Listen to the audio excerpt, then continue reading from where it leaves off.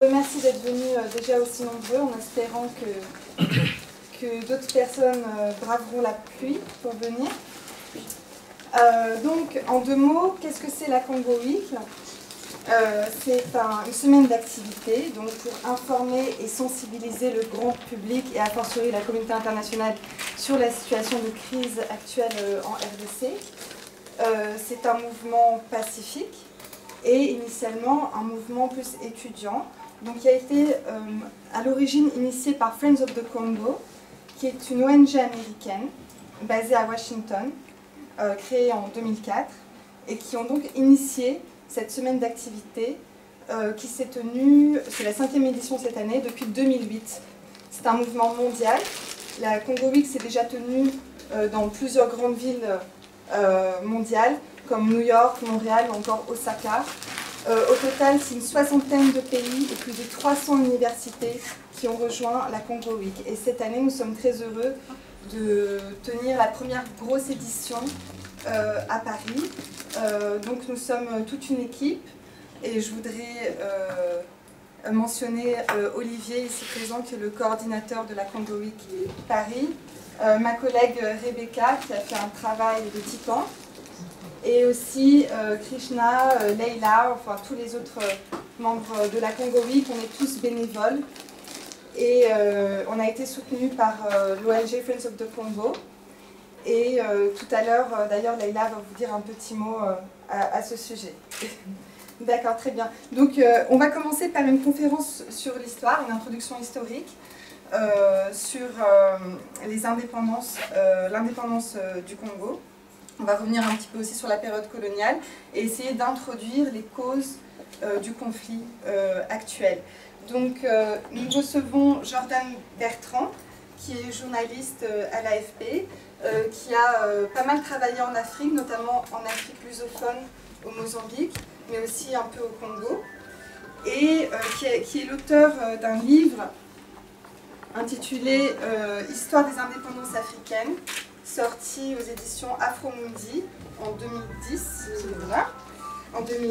et qui est vraiment un manuel très utile et accessible à tous sur les indépendances africaines.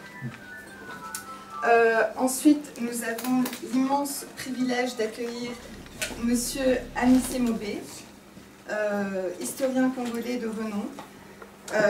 Par où commencer?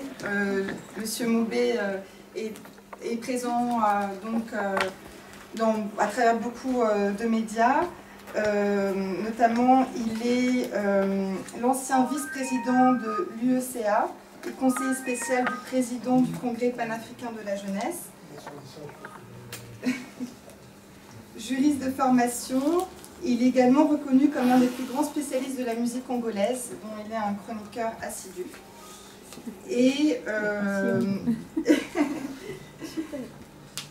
à côté, Kerwin Maïzo, qui est journaliste, qui collabore notamment avec RFI en France et qui, au Congo, avait travaillé avec l'ancien groupe Raga et qui a aussi une formation en droit.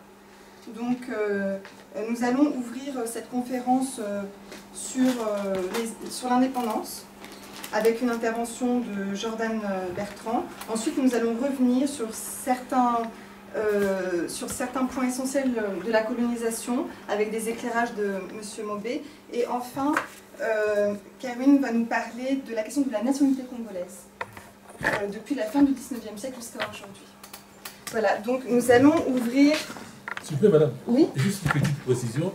J'ai répondu à l'invitation pour participer au débat en tant que citoyen congolais et non pas en tant que spécialiste, parce que la question des universitaires congolais, les rôles qu'ils ont joués dans notre société depuis plus de 50 ans, nous pose beaucoup de problèmes.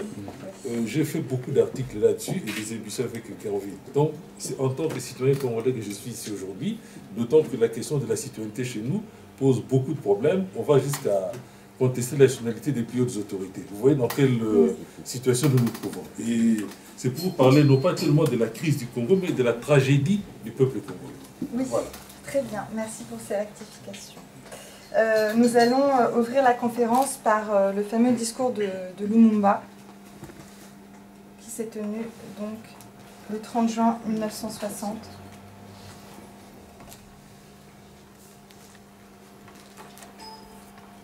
Ça devrait marcher. Au matin de l'indépendance, aujourd'hui victorieux, je vous salue au nom du gouvernement congolais. À vous tous, mes amis, la vérité sans relâche à nos côtés. La République du Congo a été proclamée et notre cher pays est maintenant entre les mains de ses propres enfants. Ensemble, mes frères, mes sœurs, nous allons commencer une nouvelle lutte, une lutte sublime qui va mener notre pays à la paix, à la prospérité et à la grandeur. Nous allons établir ensemble la justice sociale et assurer que chacun reçoive la juste rémunération de son travail.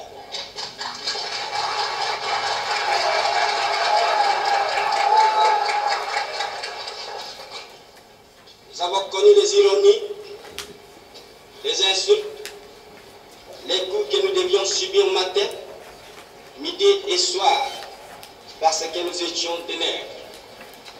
Qui oubliera qu'à un noir, on disait tu, non certes comme à un ami, mais parce que les voix honorables étaient réservés pour ceux blancs.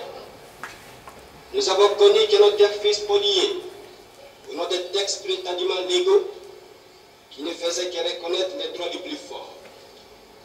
Nous avons connu que la loi n'était jamais la même, selon qu'il s'agissait d'un blanc ou d'un noir, accommodable pour les uns, cruel et inhumaine pour les autres. Nous avons connu les souffrances atroces des relégués pour opinion politique ou croyances religieuses. Exilés dans leur propre patrie, leur sort était vraiment pire que la mort elle-même. Nous avons connu qu'il y avait dans les villes des maisons magnifiques pour les blancs et des paillotes coulantes pour les noirs. Que nous n'étions admis dans les cinémas, ni dans les restaurants, ni dans les magasins européens. Que nous avons voyagé à même la coque des péniches, au pied du blanc dans sa cabine de luxe. Qui oubliera enfin les fusillades, le péril tant de nos frères, les cachons furent brutalement jetés, ceux qui ne voulaient plus se soumettre au régime d'injustice, d'oppression et d'exploitation.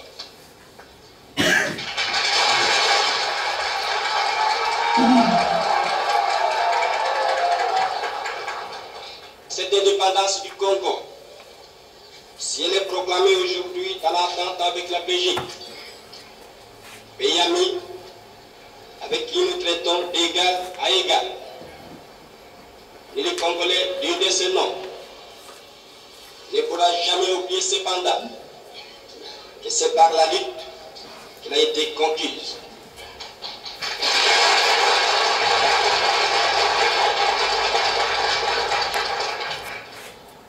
Une élite de tous les jours, une élite ardente et idéaliste, une élite dans laquelle nous n'avons mélangé ni nos forces, ni nos privations, ni nos souffrances, ni notre sang. Cette élite qui fit de l'âme, des feux et des sang, nous en sommes fiers jusqu'au plus profond de nous-mêmes, car ce fut une élite noble et juste, une élite indispensable pour mettre fin à l'humiliant esclavage qui nous était imposé par la force. Ce qui fit notre sort à 80 ans de régime colonialiste. Nos blessures sont trop fraîches et trop douloureuses encore pour que nous puissions les chasser de notre mémoire. Quand nous avons connu le travail harassant, exigé en échange de salaire qui ne nous permettait ni de manger à notre faim, ni de nous vêtir ou nous loger décemment, ni d'élever nos enfants comme des êtres chers. Hommage aux combattants de la liberté nationale. Vive l'indépendance et l'unité africaine. Vive les Congos indépendants et souverains.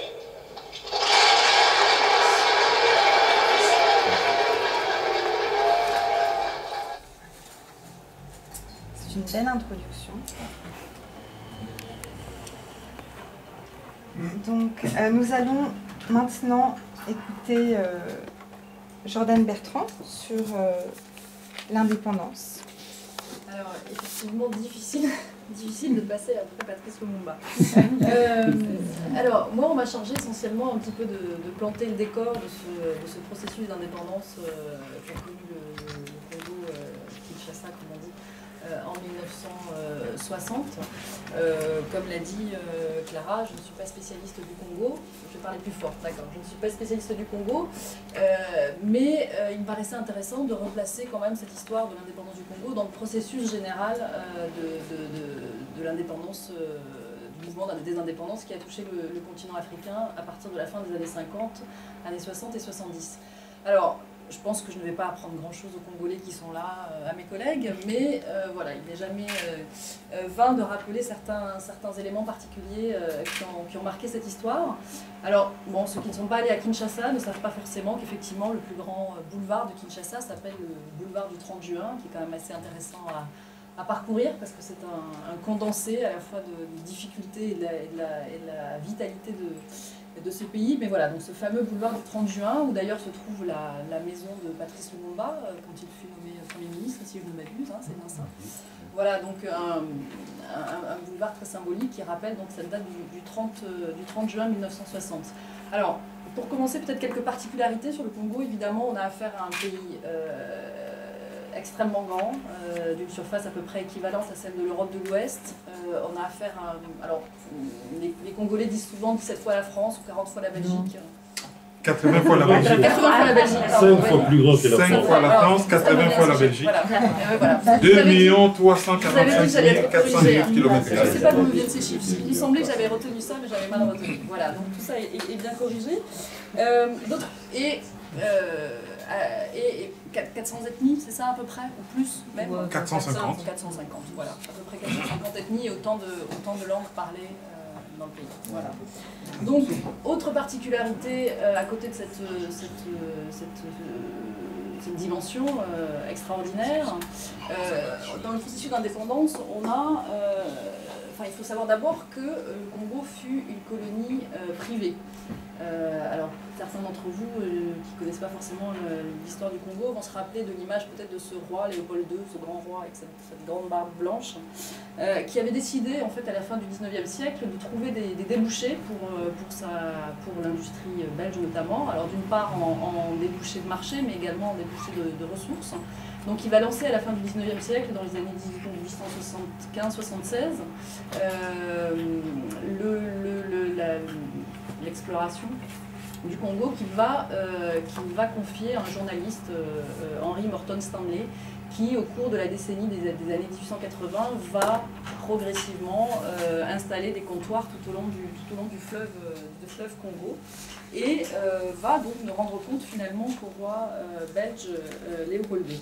Et progressivement donc va être créé, ironie de l'histoire et du nom aussi, ce qu'on va appeler l'État indépendant du Congo, qui va être quand même la propriété privée, et non pas de l'État belge, mais la propriété privée du roi Léopold II, dont il faut savoir quand même qu'au final, il n'aura jamais mis les pieds au Congo, il n'aura jamais mis les pieds dans cette propriété privée.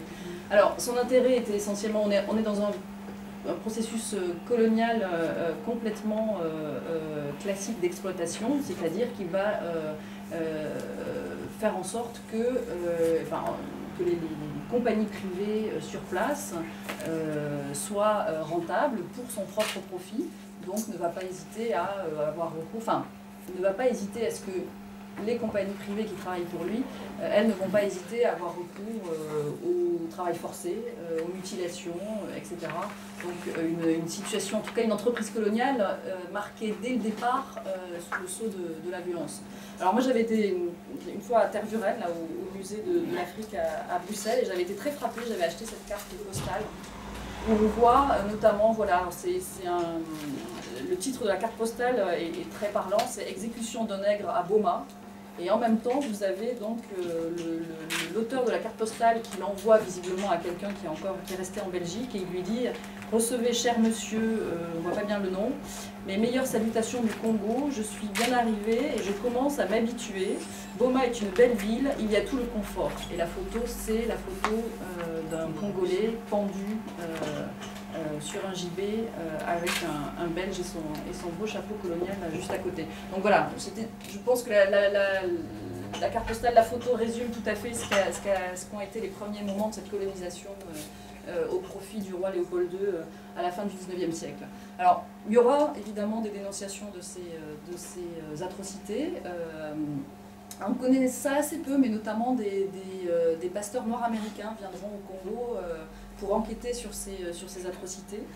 Toujours est-il qu'en 1908, sous la pression de différents groupes de pression, devant la montée des critiques, le roi Léopold II finalement cédera cet État indépendant qui était sa propriété privée à l'État belge, et comme je le disais tout à l'heure, sans finalement n'y avoir jamais mis les pieds. Alors, tout au long de la première moitié du XXe siècle, la Belgique va fonder sa politique coloniale sur trois piliers, trois pôles si on peut dire. Alors d'une part l'État qui va se charger de l'administration de la colonie, d'autre part l'Église qui va elle alors assumer la fonction de éducation, alphabétisation et évidemment dans l'esprit des colons, des colonisateurs, sa mission civilisatrice. Alors on est toujours aussi frappé quand on va au Congo de voir le nombre de missions qui se sont installées dans ce pays au cours de la première moitié du XXe siècle.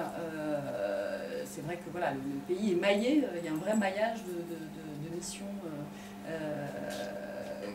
notamment des pères blancs, dans le pays. Voilà, donc c'est une réalité qui reste encore très visible dans ce pays.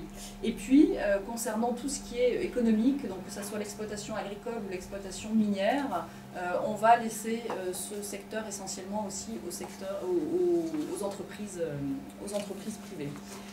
Autre point essentiel pour comprendre aussi peut-être un petit peu la différence avec d'autres situations dans des colonies, notamment anglophones, francophones, c'est le fait que les autorités belges vont toujours freiner énormément la constitution d'une élite congolaise. Finalement, dans les années 50, on se retrouve avec pratiquement aucun universitaire congolais à l'université de Léopoldville, pas de gradé dans l'armée, aucun poste de responsabilité n'est jamais confié à un Congolais. Donc il y a eu un vrai frein, en tout cas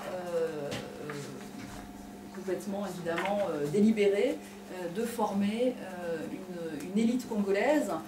Certainement de peur évidemment qu'elle commence à revendiquer, alors à défaut d'indépendance, peut-être en tout cas des libertés fondamentales, au même titre que les colons belges qu'elle voit évoluer auprès d'elle.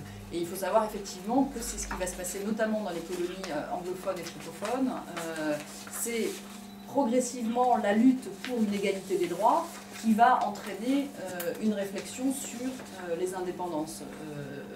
Nkrumah, Senghor, au Kenya également avec Kenyatta. On a ce processus de réflexion progressive vers la notion d'indépendance. Et de façon assez étonnante finalement, enfin peut-être pas si étonnante que ça, mais en tout cas au milieu des années 50, les Belges estiment que dans leur grande colonie de l'Afrique centrale, tout va finalement pour le mieux dans le meilleur des mondes. Et j'ai retrouvé une citation d'un journaliste qui fait une déclaration, enfin qui écrit ça dans un article en 1955 et que je vais vous lire parce que je la trouve vraiment très intéressante pour comprendre l'état d'esprit de l'époque.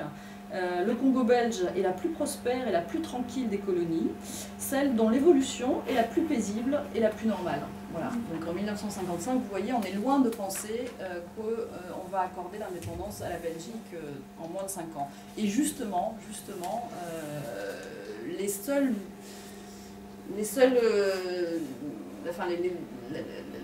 l'indépendance n'est finalement envisagée par les autorités belges qu'à dans un délai extrêmement long. On parle à l'époque, dans les années 50, à Bruxelles, d'accorder l'indépendance au Congo dans une période de 30 ans. Donc vous voyez, on n'est pas du tout dans un...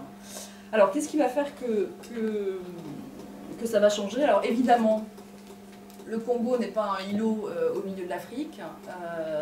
Il y a un vent de liberté qui souffle depuis les années 50 sur tout le continent. Donc, le Ghana a été le premier pays indépendant d'Afrique subsaharienne, suivi très vite par la Guinée. Donc, le Ghana en 56, la Guinée en 58. On a tout ce processus de vent de l'indépendance qui touche toutes les colonies sur le continent. Donc, ça c'est un premier point. Et deuxième point, en 1959, éclatent à Léopoldville de graves émeutes. Alors, avec l'histoire raconte que c'est l'interdiction d'un meeting de la BACO, qui était un parti politique, qui va mettre le feu aux poudres. Toujours est-il que les violences vont durer plusieurs jours, qu'il faudra faire appel à l'armée pour rétablir le calme, donc un sérieux avertissement pour Bruxelles. Et là-dessus, comme souvent dans ces cas-là, on reste avec encore des difficultés à évaluer le nombre de victimes à l'époque. Les chiffres aussi entre 30 et 300 morts. Voilà, donc un événement marquant, un tournant dans cette période d'accession à l'indépendance. Donc finalement, la Belgique décide précipitamment, devant cette situation de plus en plus explosive et avec ce qui se passe autour dans le continent, la Belgique va décider précipitamment d'accorder l'indépendance aux Congolais, presque je dirais aussi vite qu'il faut pour le dire. Puisqu'on a une rencontre à Bruxelles en janvier 1960 pour notamment, avec les principaux leaders politiques, décider du calendrier d'accession à l'indépendance. Et la Belgique, qui prévoyait d'accorder l'indépendance à sa principale colonie dans une période de 30 ans, va finalement se mettre d'accord avec les leaders congolais pour des élections législatives en mai et une déclaration d'indépendance en juin 1960. Alors évidemment, à ce moment-là, on ne peut pas éviter de parler de Patrice Lumumba, que vous avez vu tout à l'heure à l'image, qui a finalement eu une carrière politique relativement brève, puisqu'il deviendra, dès 1958, il fonde son parti politique. Pardon ? Le MNC. Voilà, le MNC, le Mouvement National Congolais. Qui est intéressant, sur lequel il est intéressant de dire deux mots, dans le sens où la particularité de ce parti, peut-être par rapport aux autres mouvements politiques qui émergent à ce moment-là, aura la particularité d'avoir, c'est un parti qui aura une vision essentiellement, une vision d'abord nationale, qui transcendera les visions régionalistes ou ethniques, donc une vision nationale, et une vision nationaliste aussi, ce qui fera évidemment très très peur une fois que le Congo aura obtenu son indépendance. Une inspiration évidemment marxiste et révolutionnaire, comme peuvent l'être la plupart des mouvements d'émancipation à l'époque dans le monde. Donc là, on est dans quelque chose de très classique. Alors, il participe à la conférence des peuples africains à Accra, à l'invitation notamment de cette conférence organisée par Kwame Nkrumah dans le Ghana indépendant. C'est une conférence qui va énormément marquer Patrice Lumumba. Il va en revenir déjà panafricaniste convaincu. C'est vraiment quelque chose qui va ensuite imprégner son discours. Et puis d'autre part, peut-être un peu plus radical aussi vis-à-vis de la puissance coloniale, qui jusque-là avait été relativement peu mis en cause en tant que telle, de façon intellectuelle. Et puis on a affaire aussi à un grand tribun, ça vous l'avez vu, et je ne vais pas vous vous le démontrer. Donc aux élections législatives de mai 1960, le MNC obtient le plus grand nombre de sièges et à 35 ans, Patrice Lumumba devient Premier ministre. Donc il y a ce fameux discours devant le roi des Belges.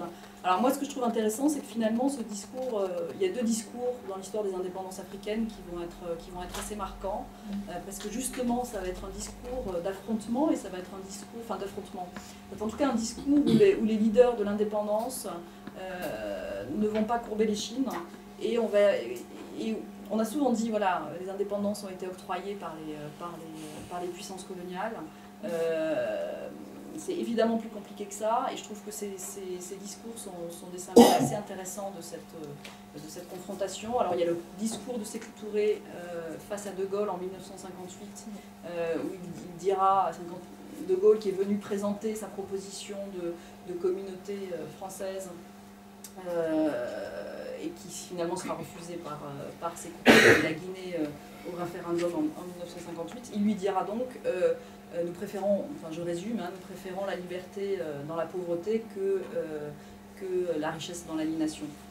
Voilà, donc le discours de Lumumba devant le roi des Belges sera tout aussi frappant, restera vraiment un événement marquant de cette histoire des indépendances en Afrique, au point que le roi Baudouin, qui est présent en uniforme avec sa casquette officielle, menacera même de rentrer immédiatement à Bruxelles, alors que évidemment le discours de Patrice Lumumba recevra une ovation, une grande ovation. Parce que de fait, alors il l'avait fait un petit peu à Bruxelles au moment des pourparlers en janvier 1960, mais là il le fait devant tous les Congolais réunis ce jour-là à Kinshasa, et évidemment ça rentrera, c'est un discours qui rentrera dans l'histoire. C'est la première fois réellement que la Belgique voit son entreprise coloniale remise en cause. Alors malheureusement, on va dire, l'euphorie de l'indépendance va être de courte durée. Il va y avoir une mutinerie des soldats à Léopoldville très rapidement après l'indépendance. Au même moment, une tentative de sécession au Katanga avec Moïse Tshombe, notamment sous la pression des intérêts économiques belges, qui évidemment savent ce qu'ils perdent quand ils perdent le Katanga. Et puis, fin tragique, évidemment, de la vie de Patrice Lumumba, qui va un peu, qui va malheureusement, je ne sais pas, ouvrir la porte à des décennies tout aussi tragiques. Donc l'assassinat de Patrice Lumumba, il faut rappeler qu'on est en pleine période de guerre froide. Comme je le disais tout à l'heure, le discours nationaliste de Patrice Lumumba va faire très peur, notamment au camp occidental évidemment. Il faut aussi se rappeler que c'est quand même du Congo qu'est venu l'uranium qui a servi à confectionner la bombe atomique qui a été utilisée par les Américains sur le Japon en 1945. Donc, comment dire, une attention très forte portée